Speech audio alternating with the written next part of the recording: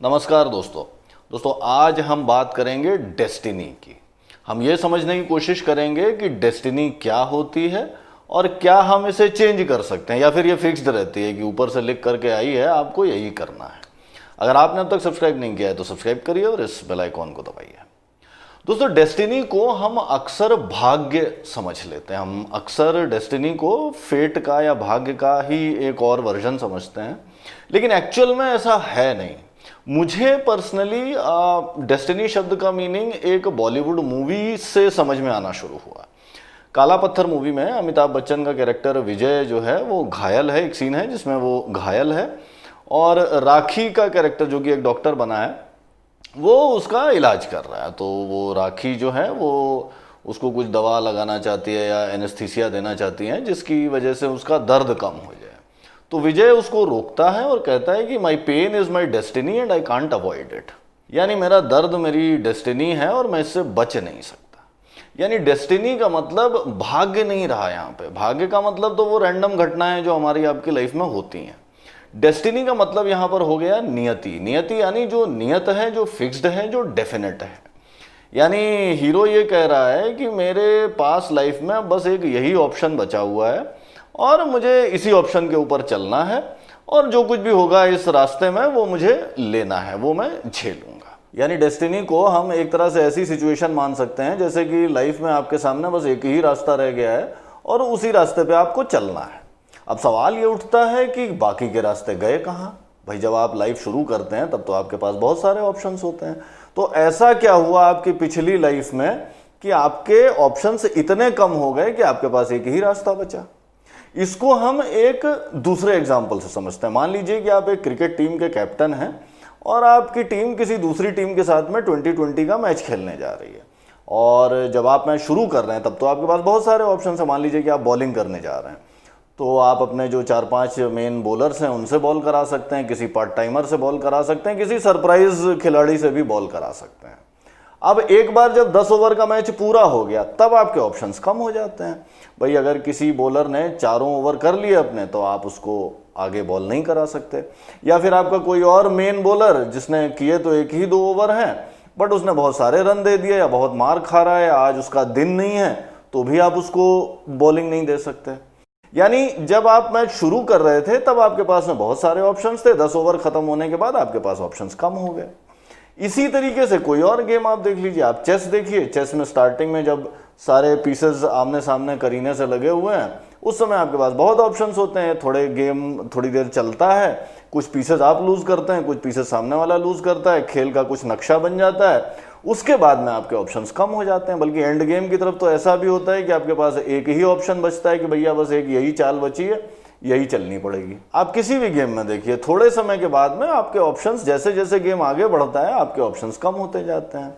ऐसा ही कुछ हमारी लाइफ में भी होता है। भाई, जब आप क्लास 10th में होते हैं तब आप कोई भी सब्जेक्ट ले सकते हैं, लेकिन एक बार अगर आपने 10th उन पर्टिकुलर सब्जेक्ट से कर लिया, साइंस से कर लिया, तो उसके बाद 12th में आपके सब्जेक्ट चेंज करने के ऑप्शंस कम हो जाते हैं।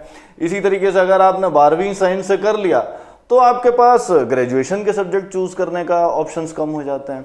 न केवल पढ़ाई, न केवल एजुकेशन, बाकी करियर में और चीज़ों में, सारी की सारी चीज़ों में यही होता है कि जैसे जैसे आपकी लाइफ आगे बढ़ती है आपके ऑप्शंस कम होते चले जाते हैं।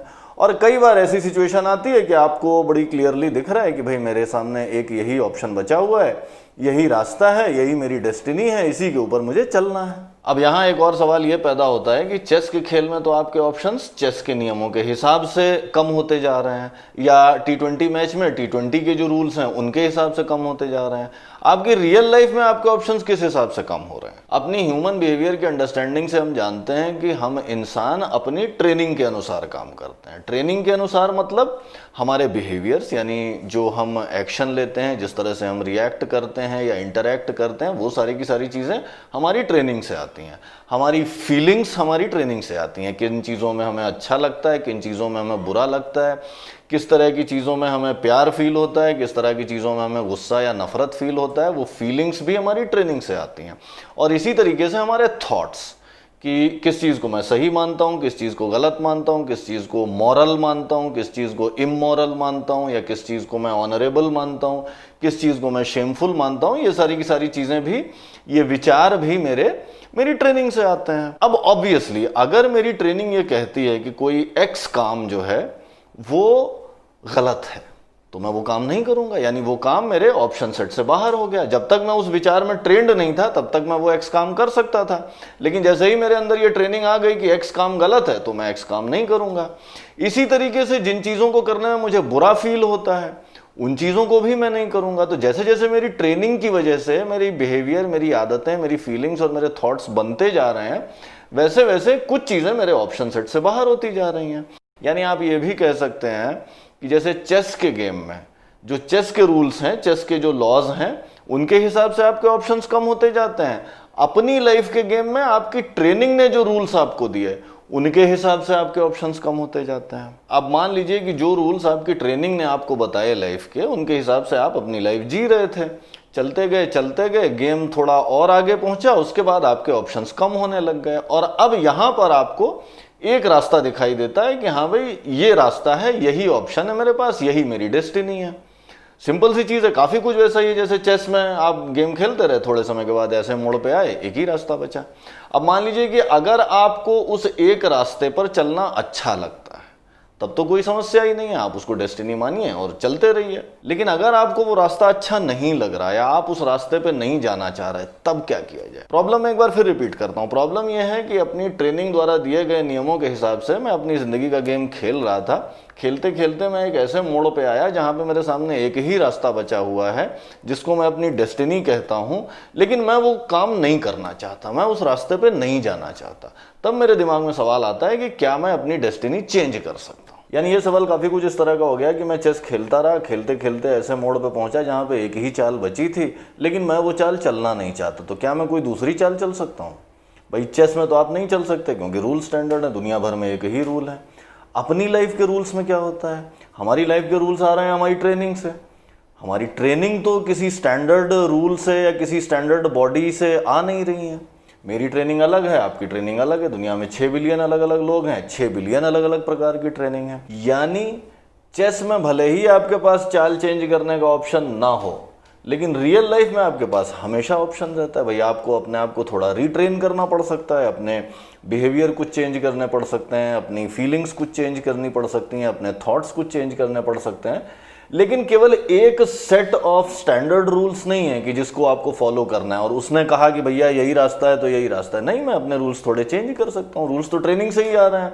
ट्रेनिंग मैंने चूज नहीं की थी, ट्रेनिंग तो मेरे पेरेंट्स, मेरे वातावरण वगैरह ने दी थी। वो एक ट्रेनिंग थी। मैं अगर अपनी ट्रेनिंग के थोड़े रूल्स चेंज कर लूँ, अपने आप को थोड़ा रिट्रेन कर लूँ, चीज़ों को नए एंगल से देखना शुरू करूँ, तो फिर मैं रास्ता निकाल सकता हूँ। इसका मतलब क्या हुआ? इसका मतलब ये हुआ कि रियल लाइफ सिचुएशंस में किसी भी परिस्थिति में आपके पास हमेशा ज़्यादा ऑप्शन होंगे एज कम्पेयर टू जो ऑप्शंस आपको दिख रहे हैं। यानी अगर आपको ऐसा लग रहा है कि मेरी लाइफ के गेम ने मुझे ऐसे मोड़ पे लाके खड़ा कर दिया है कि बस मेरे पास एक यही ऑप्शन है और इसी ऑप्शन को मैं अपनी डेस्टिनी मानकर इसी पे चलता रहूं, चाहे मुझे अच्छा लगे, चाहे मैं चलना चाहता हूं या नहीं चलना चाहता हूं, मुझे ज़बरदस्ती चलना है, तो ऐसा नहीं है। किसी भी सिचुएशन में आपके पास में और ऑप्शंस भी होंगे। आपको वो ऑप्शंस आसानी से दिखेंगे नहीं, आपको ध्यान से देखना पड़ेगा, सोचना पड़ेगा।